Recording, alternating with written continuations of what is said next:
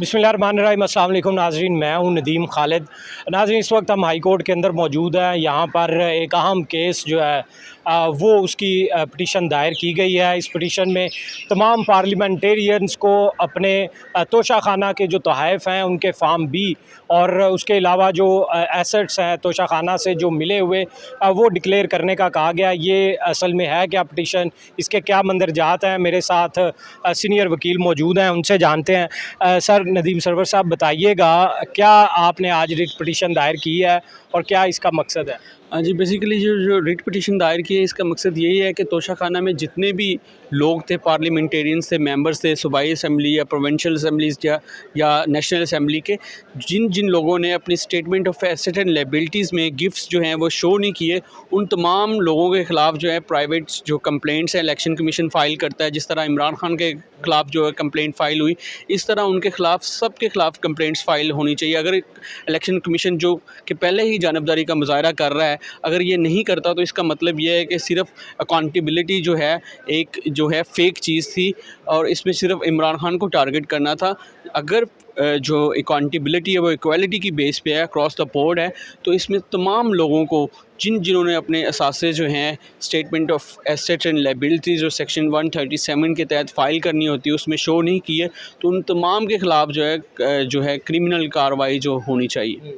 तो ये बताएं कि जो इमरान खान साहब को जो जिस केस में सज़ा सुनाई गई है, उस केस को आप किस तरह देखते हैं कि इमरान खान जो हैं वो शायद पहले ही जो हैं वो कोई पार्लियामेंटेरियन है जो इसकी जद में आए हैं। इससे पहले तो तोशाखाना में हमने देखा कि कोई इस तरह की कार्रवाई जो है जी बिल्कुल ठीक है। अगर ये चीज़ जो है अकाउंटेबिलिटी जो है वो एक अच्छी चीज़ है, होनी चाहिए। लेकिन अगर आप एक बंदे की अकाउंटेबिलिटी करें, ठीक है, उसको अकाउंटेबल करें और एक सिलेक्टिव प्रोसिक्यूशन जो कि एक टर्म है जो है आर्टिकल 25 की ख़िलाफ़ वर्जी है, इस तरह के इक़दामात करें तो ये तासर नहीं जाता कि आप अकाउंटेबिलिटी कर रहे हैं, बल्कि आप यही कर रहे हैं, आप पॉलिटिकल इंजीनियरिंग कर रहे हैं। ठीक है, तोशाखाना जो है 1976 से इस्टेब्लिश हुआ, उसके बाद रूपा रिप्रेजेंटेशन ऑफ पीपल एक्ट था, उसके तहत भी ये सेक्शन जो था वो मौजूद था। उस 1976 से लेकर अब तक कार्रवाई नहीं की गई और सिर्फ एक बंदे की प्रोसिक्यूशन की गई है, जो कि अच्छी बात है। ये प्रोसिक्यूशन सबकी होनी चाहिए, सारे पॉलिटिशियंस की होनी चाहिए जिन्होंने असासे जो हैं अपने statement of asset and liability में शो नहीं किए।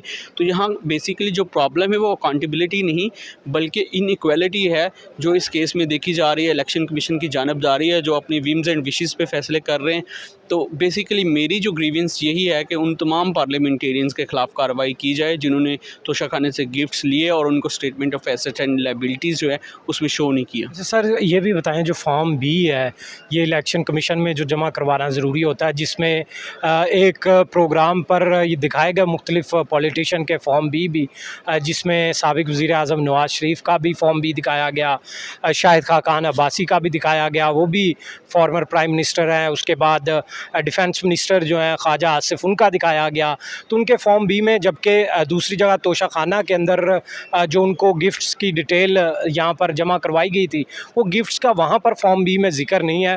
और इमरान खान का भी यही केस था कि उनके फॉर्म बी में जो है उन एसेट्स का वो डिक्लेयर, अगर आपने किसी को गिफ्ट कर दिए, ख्वाजा आसिफ ने कहा भी, शाहिद खाकान अब्बासी ने कहा कि मैंने तो वो अपने रिश्तेदारों, अजीज़ों, दोस्तों को जो है वो आगे गिफ्ट कर दिए हैं।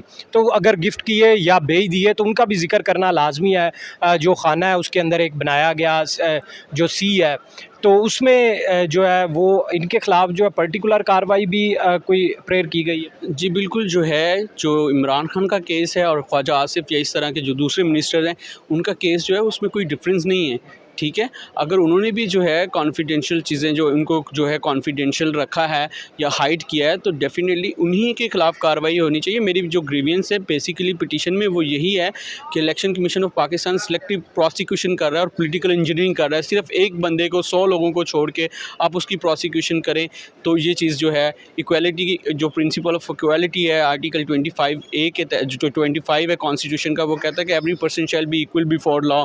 तो आप उस कंसेप्ट की खिलाफ वर्जी कर रहे हैं और अदारे पे अपना जो है एतमाद लोगों का वो भी ख़त्म कर रहे हैं। और हर बंदे को ये पता है कि ये जो है ये एक पर्टिकुलर एक पॉलिटिकल बंदे को जो है कब करने के लिए, उसकी पावर्स को लेने के लिए, उसको इलेक्शन से रिस्ट्रेन करने के लिए ये सब कुछ किया गया है। अगर सब लोगों की अकाउंटेबिलिटी होती तो हम भी देखते कि यार अकाउंटेबिलिटी हो रही है, ठीक है। लेकिन अगर आप 100 लोगों को छोड़ के सिर्फ एक बंदे को पिक करेंगे, वो भी वही लोग जो आजकल एताब का निशाना बना हुआ है, उसको आप पिक करेंगे, तो हर कोई मुल्क में जो है इतने लाशऊर या जंगल का कानून नहीं है, या कोई जो है यहाँ पे पागल लोग रहते हैं जिनको पता नहीं लगेगा कि ये प्रोसिक्यूशन किस मकसद के लिए की गई है। तो इलेक्शन कमीशन करे, सब लोगों को जो है जो उनके ख़िलाफ़ कंप्लेंट्स फ़ाइल करें और इसी तरह की क्रिमिनल कार्रवाइयाँ जो हैं करें, और लोग इसको वेलकम करेंगे। आप लॉ के स्टूडेंट होने के नाते मुझे रहनुमाई थोड़ी करें कि फेयर ट्रायल का जो कॉन्सेप्ट है, जो कि पीटीआई कह रही है कि फेयर ट्रायल आर्टिकल 10A के तहत शायद जो है वो उनको फेयर ट्रायल का हक़ ही नहीं मिला, तो इस पर अगर फेयर ट्रायल नहीं होगा तो फिर ये किस तरह मामला चलेगा? देखिए जी, फेयर ट्रायल जो आर्टिकल 10A के तहत हर शहरी का हक़ है, उसके अलावा आर्टिकल जो 4 है वो भी यही कहता है to treat every person in accordance with law.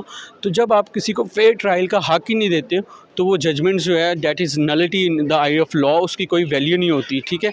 आप जो है जो बाकायदा एक ड्यू कोर्स ऑफ लॉ है उसको वायलेट करके, उसको बाईपास करके आप जो है हेस्ट मैनर्स में, और आप जो है कि आपने एक माइंड बनाया हुआ। अब देखें ना, जो जज था उस केस में उसके ख़िलाफ़ जो है एक कॉन्सेप्ट था कि ये जज जो है बाइस है, ठीक है, ये तासुब पसंद है। उसकी जो फेसबुक पोस्ट और इतना सब कुछ होने के बावजूद मैं हैरान हूँ कि वो जज जो है उसने केस दूसरे जज को ट्रांसफ़र क्यों नहीं किया और ख़ुद क्यों सुनने पर इसरार करता रहा।